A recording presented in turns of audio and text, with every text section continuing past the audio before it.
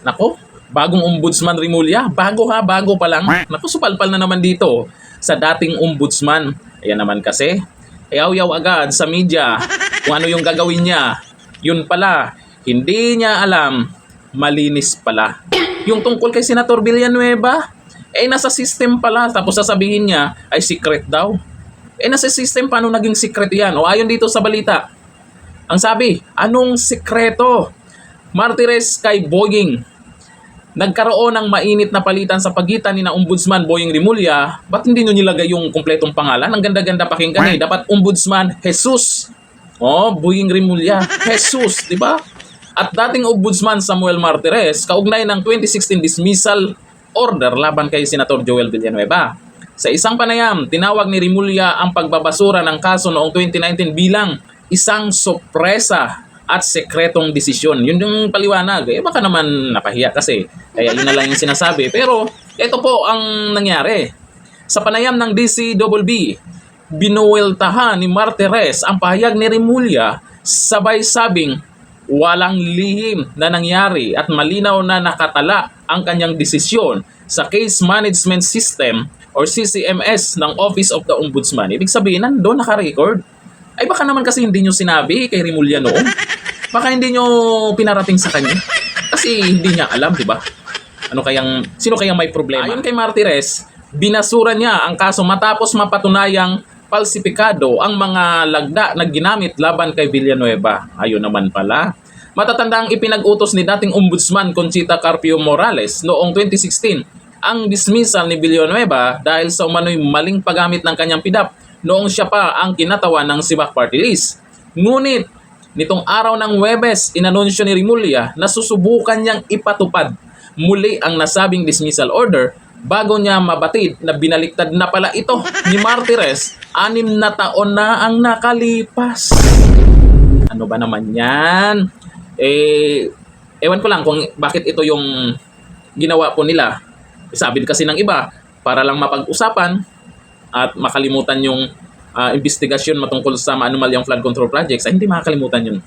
Hindi pwedeng makakalimutan yan ng taong bayan kasi umabot na ng trilyon ang napag-usapan dyan. Kahit anong klaseng tactics ang gagawin nila para ito yung pag-usapan tungkol dito. Hanapin po ng taong bayan yung magiging resulta ng investigasyon tungkol po dyan sa maanumalyang flood control projects. Kailan pa kaya ang resulta? Magpapasko na. ICI, balita, tuloy ba talaga yung sinasabi nyong ila-livestream na public yung hearing nyo?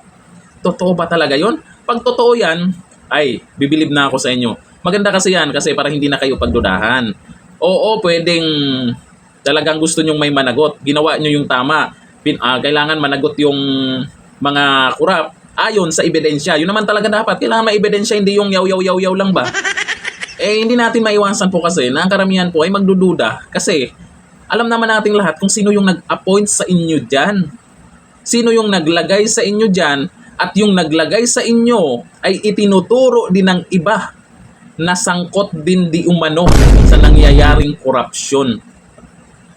Wala namang ebidensya yung mga nagturo. Pero may mga sinasabing ganito, connection, tapos kamag-anak ni ganito, kamag-anak ng isa sa inimbestigahan, di ba? Sana seryoso po itong ginagawa nilang investigasyon kasi naman, kawawa po tayo habang tumatagal ito. Ang kawawa po, sa huli, tayo. Lalo tayong mahihirapan yan pag yung ibang bansa mawala na ng tiwala sa Pilipinas yan, yung mga mag-i-invest. Di ba? Yung mga buhaya, hindi po kawawa yan. Mayaman na yung mga yan. Walang problema kahit tumaas yung mga bilihin, kahit taasan pa yung tax. Walang problema yan. Hindi naman nila pinaghirapan yung pera na nilalamon nila.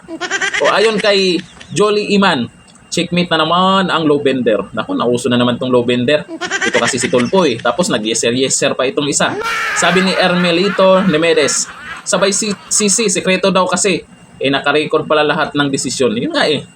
Paano yan naka-record? Paano sabing sikreto? Sabi ni Olento Kali, kaya pa ba sir? Aba, kaya pa niya yan. Kabago-bago pa lang tapos ano tingin nyo? Stress na yan? O sabi ni Anthony Oliveros, hindi lang nagbabasa ng sisi pa ng iba. Siyempre, sa tagal ba naman, baka hindi na turn over sa kanya. Sabagay kasi may mali talaga doon eh. Sabi ni Rizalito Arandia, Ombudsman Boying, nasa system po. Walang sikreto, hindi po kasi kayo nagbabasa, kaya ayan nangyari.